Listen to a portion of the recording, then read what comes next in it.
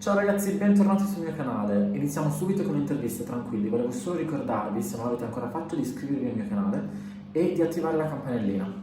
Dai, andiamo a vedere l'intervista. Ciao, ciao, ciao, ciao.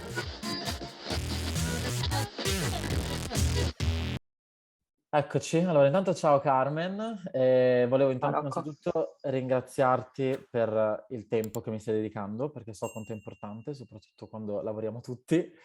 E nulla, io direi che a questo punto entriamo subito nel cuore dell'intervista, quindi se tanto ci dici un attimo chi è Carmen e soprattutto chi è Digital Nomad Network e cosa fa.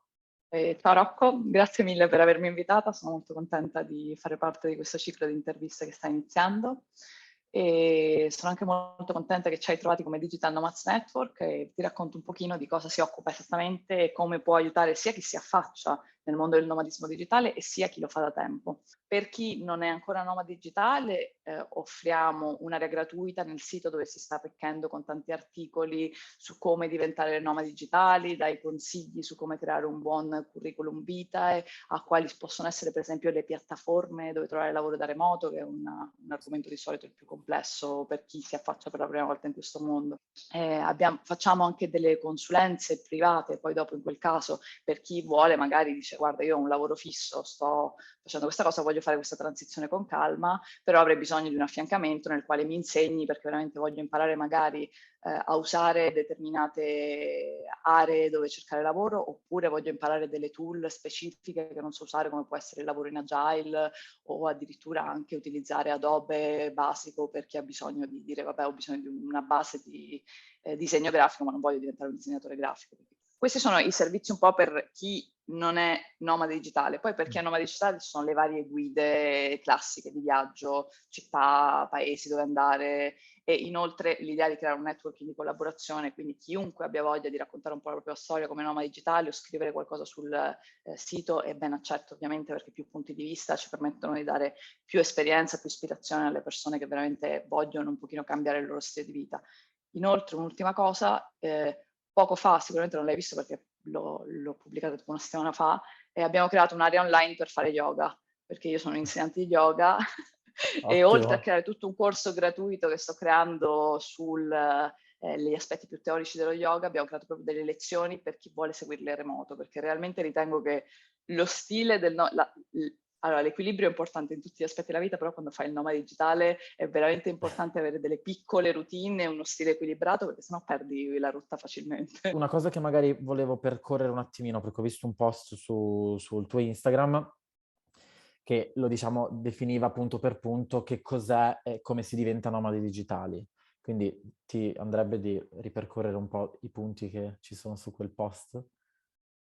Certo, vi racconto un pochino. Allora, innanzitutto definiamo un pochino che cos'è un nomade digitale, perché magari su internet c'è una diatriba enorme, specialmente nel mondo anglosassone, su definizione di nomade digitale e location independent. Sinceramente adesso non voglio diventare puntigliosa sui termini, per me è la stessa cosa, nel senso che alla fine il nomade digitale è una persona che può lavorare da dove vuole, poi è una sua scelta determinare se effettivamente si vuole spostare ogni 2 mesi, ogni settimana, ogni 6 anni, ogni 6 mesi, dipende da lui e la questione che veramente fa la differenza, secondo me, come diciamo prima, è la libertà di poterlo fare e di decidere in base alle tue necessità. Come si diventa nomade digitale? Allora, penso che uno dei punti principali che per l'appunto hai visto sul post che avevamo pubblicato è il mindset. Sembra una cavolata, ma prima di prendere tutte queste scelte ci vuole un cambiamento proprio mentale verso determinati aspetti di cui siamo abituati a vivere in maniera differente, quindi un'apertura al cambiamento. È vero che da nomade digitale abbiamo la possibilità di prendere tantissime scelte, ma proprio questo a volte lo rende complesso probabilmente, perché puoi fare assolutamente tutto quello che vuoi,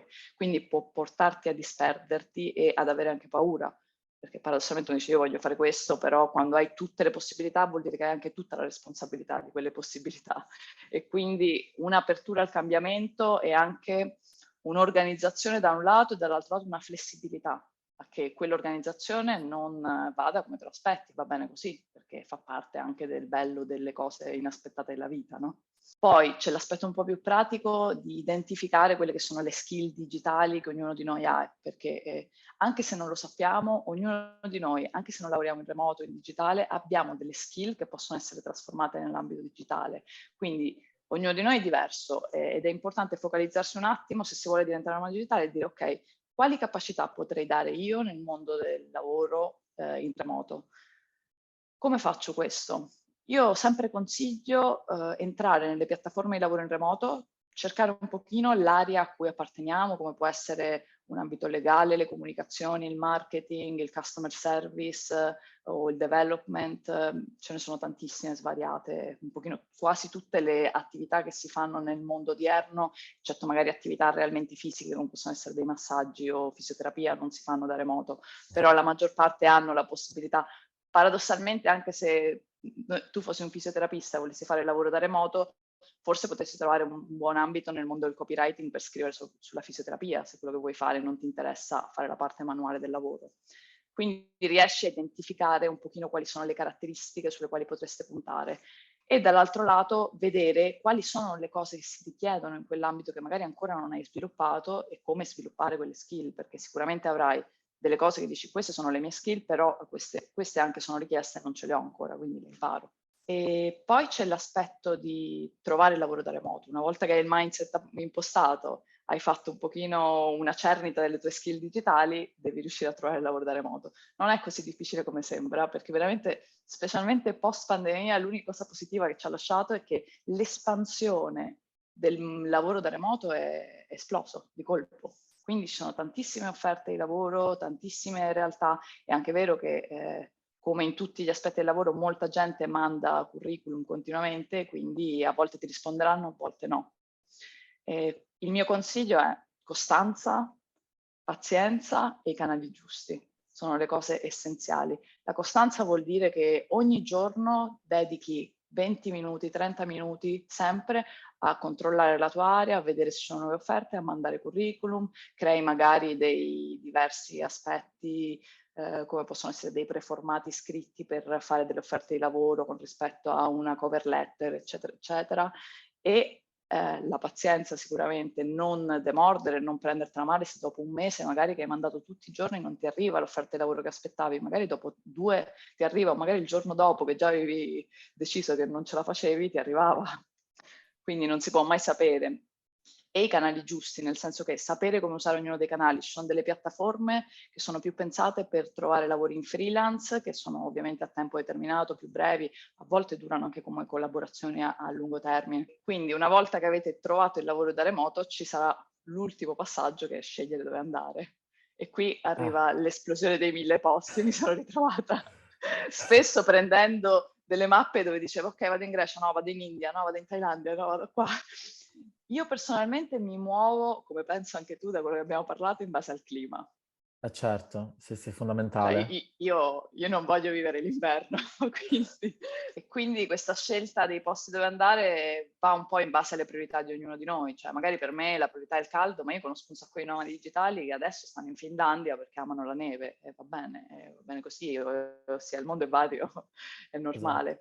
Quindi un pochino determinare quelle che sono le priorità per noi, farsi delle domande, per esempio è importante per me che in un posto si parli l'inglese, per esempio, non mi interessa e va bene che tutti parlino in lingua locale, come possono, magari me ne vado in un paese nella Thailandia e nessuno parla l'inglese e a me piace perché mi piace trovarmi in un posto e imparare cose nuove, un'altra persona si stressa tantissimo perché ha bisogno di poter comunicare nella sua lingua. E proprio poco fa ho creato un test che metterò sul sito per me e per il mio compagno per capire se eravamo sulla stessa linea d'onda nel viaggio che stiamo per intraprendere adesso in giro per diverse località. E fortunatamente ci siamo resi conto che avevamo un pochino tutte le priorità allineate, però è un test che secondo me è utile anche per gli individui, non solo per chi magari è in coppia e vuole vedere se anche l'altro sta pensando nella stessa maniera, ma ti aiuta a determinare effettivamente quali sono le cose per te importanti in questo cammino e ti aiuta a mantenere anche la rotta, perché poi lo puoi riguardare e dire, ah, ok, magari 3 mesi fa per me era molto importante stare vicino a una spiaggia, adesso mi sono rotto, sono 3 mesi che sono in una spiaggia, voglio andare in una città. questo test sarà poi accessibile sul tuo sito, eventualmente? Sì, sì, lo aggiungerò Ok. in un articolo prossimamente questa settimana. Perfetto, penso che molti di noi dovranno farlo. Guarda, io sto ovviamente in silenzio perché sto assorbendo tutto quello che stai dicendo e penso che anche insomma, chi sta guardando questo video vuole ascoltare te e non mi ascolta già abbastanza su altre piattaforme. La domanda che ti volevo fare, penso che abbiamo coperto già molti di questi punti, però se vogliamo proprio, diciamo, individuarli, quali sarebbero, diciamo, 3 consigli che daresti a una persona che si sta affacciando o si vuole affacciare al nomadismo digitale, ma non ha mai fatto? Cioè, ha solo questo sogno, ma vorrebbe, insomma, concretizzarlo? Penso che uno di loro possa essere, innanzitutto, lo so che sono pesante con questo argomento, ma è che secondo me è importantissimo, trovare il tuo equilibrio prima di tutto, perché è la cosa indispensabile. L'altro giorno ci pensavo e dicevo, pensa se io avessi iniziato questo percorso a 20 anni, sarebbe stato un casino. A 20 anni avevo la testa completamente, non so, avevo altre priorità, volevo uscire, divertirmi, fare altre cose, non avevo questo tipo di equilibrio emotivo, fisico che ho in questo momento, che ne ho 30. E non è detto che altri magari a 20 anni hanno uno stato di stabilità incredibile e fantastico. Io a 20 anni non ero in quello stato. E quindi quello, trovare dei punti fissi più che fuori di te, che siamo molto abituati a fare questa cosa e a dire ok, il mio punto fisso è la mia casa, i miei genitori, il mio amico, il bar dove vado a fare colazione, ne faccio tanti per citarne alcuni, però dentro di te. Quindi dire quali sono i punti fissi che io posso costruire dentro di me, perché una volta che tu inizi a viaggiare come nomade digitale o comunque a spostarti fuori dalla tua area di comfort, avrai bisogno in qualche momento di ritornare in quei punti fissi dentro di te. Quindi costruisciteli bene e prenditi cura di quegli spazi perché è importante. La seconda, direi essere onesti con se stessi, un'altra cosa facile. Quindi capire bene quelle che sono le tue priorità, le tue necessità, i tuoi desideri in questo momento. Poi non è detto che non possano cambiare, va bene, come abbiamo detto, flessibilità su tutto. Essere onesti è importante perché sennò poi ti ritrovi in delle situazioni che pensavi di volere ma non volevi, semplicemente era una proiezione di come ti sarebbe piaciuto essere, ma non sei tu. E Esatto. questo mi riporta al terzo punto, che è credere in te stesso. Sembra una cavolata, però il 90% delle persone con cui parlo, 90, mi piace tirare fuori queste cifre a caso, cioè non si sa, non è che ho fatto una statistica, è semplicemente un modo per dire che molte persone si sentono che non sono in grado o che è troppo difficile per loro, o loro mi dicono: "Ah, ma Carmen, ma tu hai viaggiato un sacco, ma tu sai un sacco di cose", ma che so un sacco di cose, cioè semplicemente saprò le cose delle esperienze che ho avuto, magari mi fai una domanda in storia, non so niente, capisci? Non è che qualsiasi persona può, semplicemente è questione realmente di volerlo da un lato e poi di improntare il giusto mindset e definire bene le skill digitali. Una volta che si è fatto tutto questo, capire dove si deve andare. Quindi è possibile trovare un lavoro remoto, non è così difficile come credi e anche tu puoi farlo, tienilo in mente, credi in te. So che tu hai delle risorse, un po' le hai menzionate, per esempio come costruire un CV per nomadi digitali, piuttosto che come cercare lavoro con tutte le piattaforme. Ho visto quella pagina ed è meravigliosa. Secondo me sono proprio aiuti concreti per una persona che si sta affacciando a questo tipo, stile di vita, o anche chi c'è già dentro e magari vuole cercare un altro lavoro, vuole migliorare quello che fa.